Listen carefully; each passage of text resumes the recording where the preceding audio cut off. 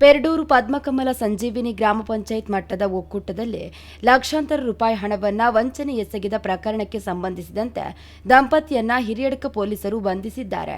ಬಂಧಿತರನ್ನ ಸುಗಂಧಿ ಹಾಗೂ ಆಕೆಯ ಪತಿ ಸಂತೋಷ್ ಎಂದು ಗುರುತಿಸಲಾಗಿದೆ.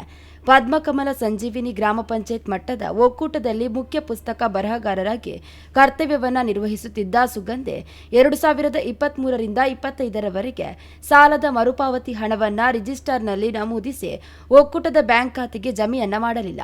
ಆಕೆ ವಿವಿಧ ಸಂಘಗಳ ಹೆಸರಿನಲ್ಲಿ ಒಕ್ಕೂಟದ ಚೆಕ್ಗೆ ಅಧ್ಯಕ್ಷರು ಮತ್ತು ಕಾರ್ಯದರ್ಶಿಯವರ ನಕಲಿ ಸಹಿ ಮಾಡಿ ಬ್ಯಾಂಕ್ನಿಂದ ಹಣವನ್ನ ದುರ್ಬಳಕೆ ಮಾಡಿದ್ದು, ಲೆಕ್ಕ ಪರಿಶೋಧನೆಗೆ ಬೇರೆ ಸದಸ್ಯರಿಗೆ ತೋರಿಸಲು ಬೇರೆ ಸಾಲದ ಖಾತೆ ಪುಸ್ತಕಗಳನ್ನು ನಿರ್ವಹಣೆ ಮಾಡಿ ಒಕ್ಕೂಟದ ಕಾರ್ಯಕಾರಿ ಸಮಿತಿಗೂ ಅನುಮಾನ ಬಾರದ ರೀತಿಯಲ್ಲಿ ಬೇರೆ ಬೇರೆ ಪುಸ್ತಕ ನಿರ್ವಹಣೆಯನ್ನ ಮಾಡಿದ್ದಾಳೆ ಎಂದು ದೂರಲಾಗಿದೆ.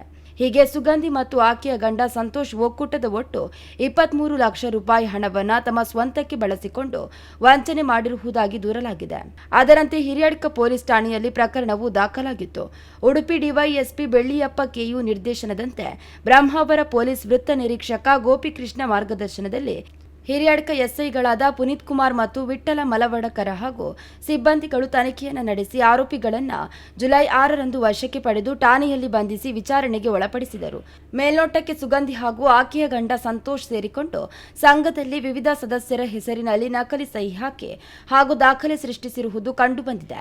ಈ ಪ್ರಕರಣದ ತನಿಖೆ ಮುಂದುವರೆದಿದೆ ಎಂದು ಎಸ್ಪಿ ಹರಿರಾಮ್ ಶಂಕರ್ ಮಾಹಿತಿಯನ್ನು ನೀಡಿದ್ದಾರೆ.